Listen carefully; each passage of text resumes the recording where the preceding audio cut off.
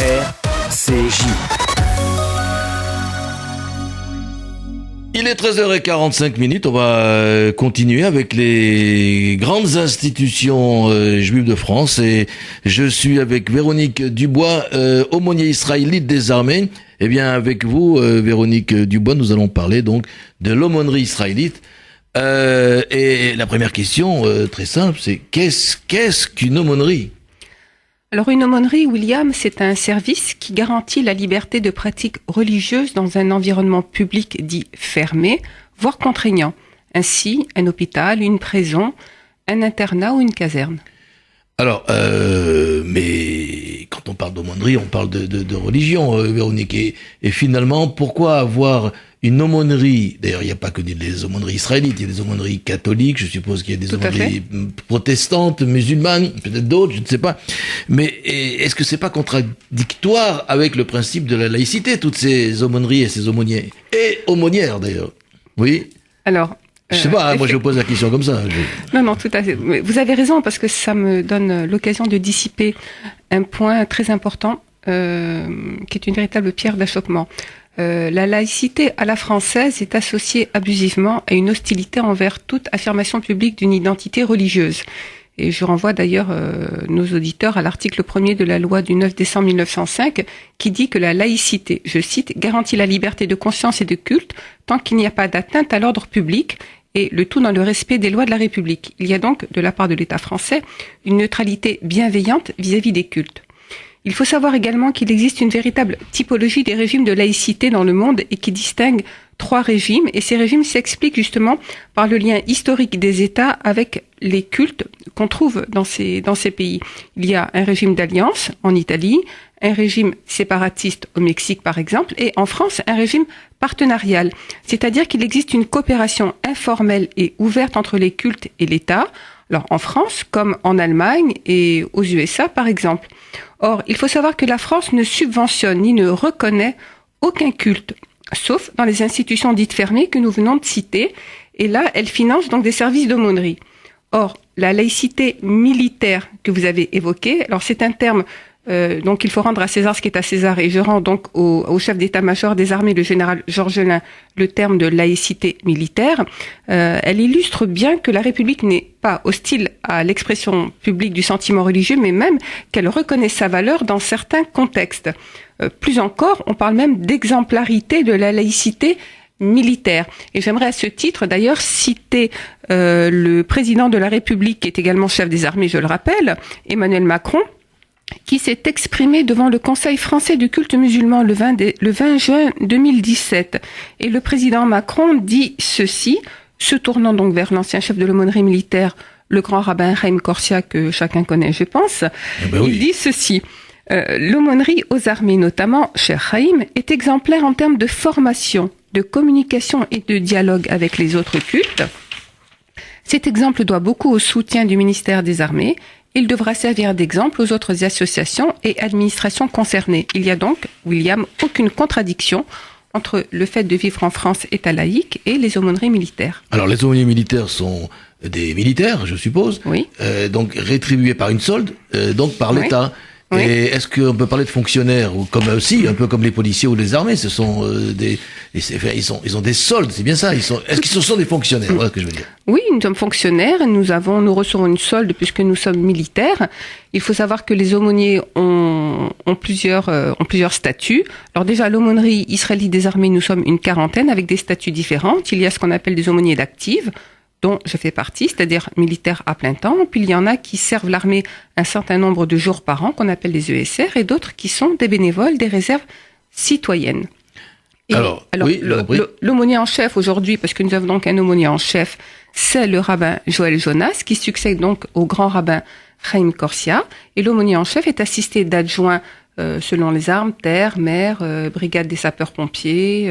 Mer, il n'y a plus la marine? Non, il y a toujours la marine. Ah, ouais, non, n'oublions pas la marine. Oui, oh là là, pauvre de moi, n'oublions pas la marine.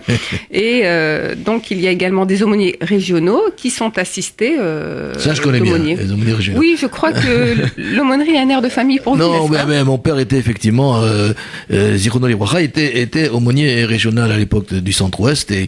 Et alors, justement, on pourra parler de mon père absolument, mais quelles sont les missions de ces aumôniers? Parce que si je reviens à mon père, c'était clair, il a fait les guerres françaises, il a fait la campagne d'Italie. La campagne d'Italie, on est pendant la Deuxième Guerre mondiale, en tant qu'aumônier, donc il servait à la fois de soldats, puisqu'il combattait, mais en plus, il assistait les soldats juifs. Aujourd'hui, quelle est la mission d'un aumônier militaire?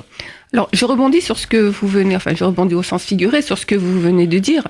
Vous dites que votre père servait les soldats israélites, mais il faut savoir qu'en général, les aumôniers ont une fonction inclusive et non pas restrictive. Nous ne servons pas que les soldats israélites, mais nous sommes au service de tous, mais nous servons tous les soldats à l'aune de notre sensibilité juive et de nos rapports au texte, c'est-à-dire la Torah, car nous observons donc le judaïsme orthodoxe du consistoire et donc du grand rabbin de France.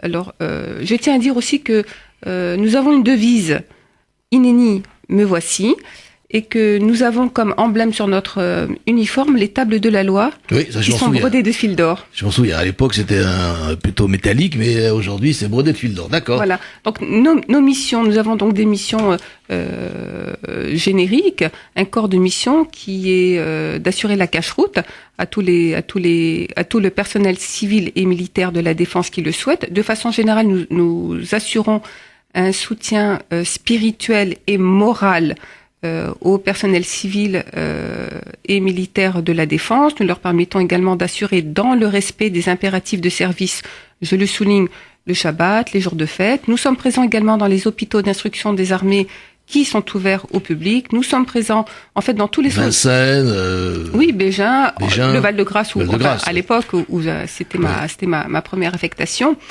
Et nous sommes également présents dans les lycées militaires, notamment à Polytechnique, où sont organisés des shabbats de partage, des cours, tout à fait. Et surtout, chose très importante aujourd'hui, au regard de l'engagement de nos forces sur les théâtres d'opérations extérieures, nous accompagnons nos troupes en OPEX, c'est-à-dire par exemple au Mali. Alors, est-ce qu'il y a des aumôniers militaires israélites, comme on les appelle, sur les théâtres d'opération aujourd'hui? Est-ce que vous pouvez le dire?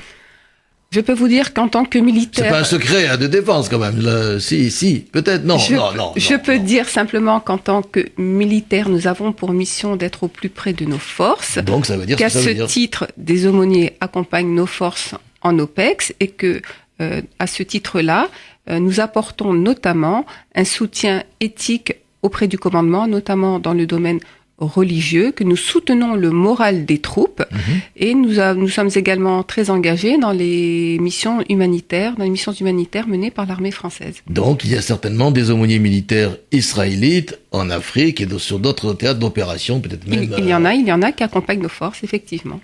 Alors, j'évoquais tout à l'heure, c'est vrai, la mémoire de mon père qui a été pendant très longtemps aumônier militaire, d'abord pendant des moments de guerre et de défense de la patrie, et après, parallèlement à son activité rabbinique, donc aumônier militaire je le disais, de la région du centre-ouest.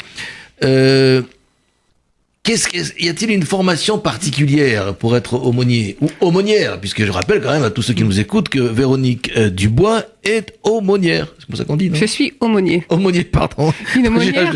Mais on dit la mère, on dit la aumônier, non, c'est pas possible. Non, mais d'accord. Alors, comment on devient aumônier? Comment devient-on aumônier? Comment devient-on aumônier? Alors, pour le personnel masculin, les hommes sont rabbins ou délégués rabbiniques. D'accord. Généralement, on passe par le séminaire rabbinique. Quant aux femmes, donc nous ne sommes pas rabbins, mais nous suivons... Vous auriez pu, hein. Je ne pense pas que la barbe m'irait. Non, il y a des rabbines. Non, il y en a 2 ou 3 en France quand même. Il y en a, mais... C'est vrai qu'elles ne sont pas consistoriales. Voilà, je rappelle effectivement que nous observons un judaïsme orthodoxe, celui du consistoire de France, et les femmes suivent un cursus personnel, privé, et de façon générale, nous étudions constamment. Hommes et femmes, nous continuons d'étudier. Alors, est-ce qu'il y a des aumôniers féminines ailleurs qu'en France? Est-ce que ça existe aux États-Unis, en Israël ou ailleurs? En Israël, je ne sais pas, mais ailleurs, oui. Ailleurs aussi, ok. Ailleurs, oui. Alors, bon, moi, ça me fait plaisir, hein, vous le savez, de parler des aumôniers. D'ailleurs, c'est très rare. Je crois que c'est une des rares fois, ou peut-être la première fois qu'on parle de l'aumônerie militaire sur une antenne de Radio Juive. Je crois que si je me trompe, excusez-moi par avance. En tous les cas, maintenant, en fait, comment être informé de vos actions et des événements? Est-ce que d'abord, est-ce qu'il y a des revues, des journaux, un site internet? Je suppose que oui. Est-ce que le public peut participer? Oui, d'ailleurs, je crois que vous avez invité le 9 mai au ravivage de la flamme sur l'Arc de Triomphe. Oui, je sais, mais je rappelle donc que c'est l'occasion pour moi d'évoquer un événement important qui est le ravivage de la flamme sur l'Arc de Triomphe. La prochaine, je viendrai. Avec l'aide de Dieu. Et nous associons donc généralement des élèves d'écoles juives, d'écoles chrétiennes, il y a des polytechniciens, il y a des attachés défense de pays alliés. Mais nous avons donc également une page Facebook qui marche très fort avec plus de 1000 contacts. Tout à fait. Une chaîne YouTube où on trouve nos Chazanim et des vidéos de nos cérémonies. Un compte Twitter, un site qui est actuellement en reconstruction et surtout une revue qui s'appelle Comment ça va. Oui, je l'ai devant les yeux, c'est sympa. Comment ça va? Déjà, pas mal le petit jeu de mots là. C'est le grand rabbin Boer. Je pense que mon père aurait aimé en plus. Mais en hébreu, Echad ça va, ce qui veut dire aussi comment va l'armée. Exactement. Alors, le public. Et dans cette revue, et donc cette revue est tout à fait accessible au public. Il suffit de la demander. Elle est distribuée version papier également en version électronique. Et on y trouve bien sûr les contributions des aumôniers, mais également des grandes signatures comme celle d'Henri Méchoulan ou de Claude Nataf, et aussi des interviews sur le devoir de mémoire, des interviews que nous accordent par exemple des gens comme Laurent Dassault ou comme François Elbron, donc le vice-président de la Fondation pour la mémoire de la Shoah. Et d'ailleurs, dans sa dernière interview, nombre de personnes ont pu découvrir que la fameuse prière du parachutiste avait été écrite par un juif en Tunisie. La prière du parachutiste, écrite par un juif tunisien. Non, pas tunisien, un juif en Tunisie. En Tunisie, c'est pas la même chose. Non, il s'était perdu par là. Bon. C'est un Alsacien. Et on trouve également, surtout, je tiens à le dire, des livres de drachot, c'est-à-dire de commentaires bibliques. Et surtout, récemment, le très beau livre du rabbin Moshe Levin, qui est donc le numéro 2 de l'aumônerie. Il parle de mon père d'ailleurs. Voilà. Je le remercie en passant. C'est tout à fait normal, et qui est aumônier adjoint-chef. C'est un livre qui s'appelle Les Juifs engagés dans la nation et qui a reçu le prix de l'œuvre engagée en 2017. C'est vrai, c'était bien de le redire. Donc, est-ce qu'il y a, ce sera ma dernière question, Véronique Dubois, est-ce qu'il y a des portes ouvertes pour faire connaître ce travail d'aumônier et surtout l'aumônerie? Alors déjà tous les jeunes qui viennent faire la fameuse journée pour découvrir le monde de la défense, lorsqu'ils sont à Vincennes, peuvent venir frapper à la porte de notre aumônerie puisque le siège de l'aumônerie est là-bas. Ceci étant, il suffit de nous contacter par Facebook et nous pouvons tout à fait organiser des visites ou les inviter à des événements que nous organisons, notamment des grandes expositions, puisque nous sommes encore aujourd'hui très engagés dans le centenaire de la Première Guerre mondiale. Eh bien, merci Véronique Dubois, aumônier, voilà, je l'ai dit, israélite des armées. Il y a même une autre, je crois que j'ai oublié un titre. Il n'y a pas que l'aumônier. Non, je suis responsable de communication. Ah, voilà, responsable de communication.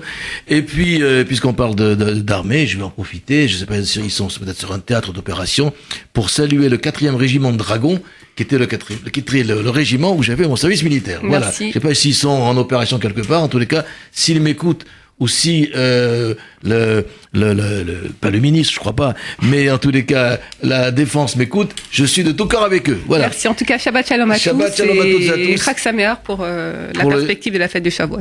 La fête de Shavuot, et puis pour Yom Yerushalayim très bientôt. Merci. Dans 2 minutes, eh bien, je vais passer le relais au maréchal Zarbib, mais c'est un autre, c'est-à-dire c'est Michel Zarbib de Radio J. Salut Michel.